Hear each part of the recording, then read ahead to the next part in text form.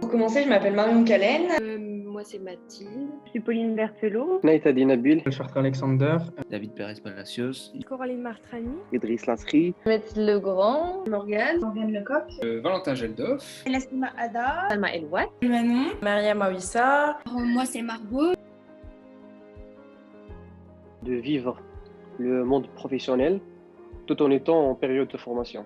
À vivre l'expérience d'un salarié. Le fait qu'on apprend à savoir faire plusieurs choses en même temps, c'est-à-dire que on pratique ce qu'on a déjà appris à l'école. On est dans une autre approche d'apprentissage. je négocie des contrats, etc., etc.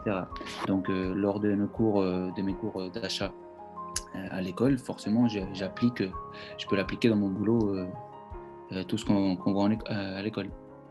de nous responsabiliser aussi, parce qu'on est vraiment pris comme un salarié et non pas comme un stagiaire, donc c'est vraiment un plus.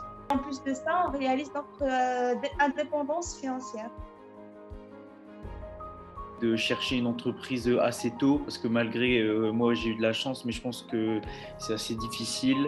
Et aussi Je suis passée par LinkedIn, sur laquelle j'ai mis mon CV en expliquant ma situation, comme quoi j'étais à la recherche d'une alternance. Ça a été assez compliqué de trouver une entreprise. J'ai eu de l'aide de la part de l'école, mais c'est mes candidatures spontanées qui ont fini par porter leurs fruits et qui ont abouti à un entretien puis à la place que j'occupe aujourd'hui. Monsieur Alain Pomar qui m'a beaucoup aidé dans mes recherches. Il envoyait régulièrement des annonces par mail et on communiquait souvent pour faire un état des lieux sur mes recherches, tout ça. Il m'a beaucoup aidé. On nous envoie des fiches de poste et puis elle nous donne des conseils pour nous aider à faire un meilleur CV, etc.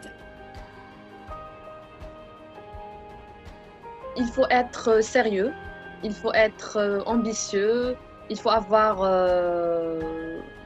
ne faut pas avoir la tête dure. C'est sûr qu'il faut une certaine maturité. Il faut avoir l'esprit d'analyse, il faut avoir l'esprit de prise d'initiative. qu'il faut savoir déjà la charge de travail et que c'est pas vraiment évident de combiner les deux parce que les deux ils ont un rythme assez dense. Donc je pense que pour être alternant, il faut aimer travailler, il faut aimer apprendre parce que la charge de travail elle est quand même plus importante. Du courage, parce que c'est quand même beaucoup de boulot. Tout faire pour se montrer compétitif et toujours montrer qu'on a envie d'apprendre plus. Si j'ai un conseil à donner, c'est pose-toi les bonnes questions. Demande-toi si tu es capable de tenir le rythme et si tu en as réellement envie.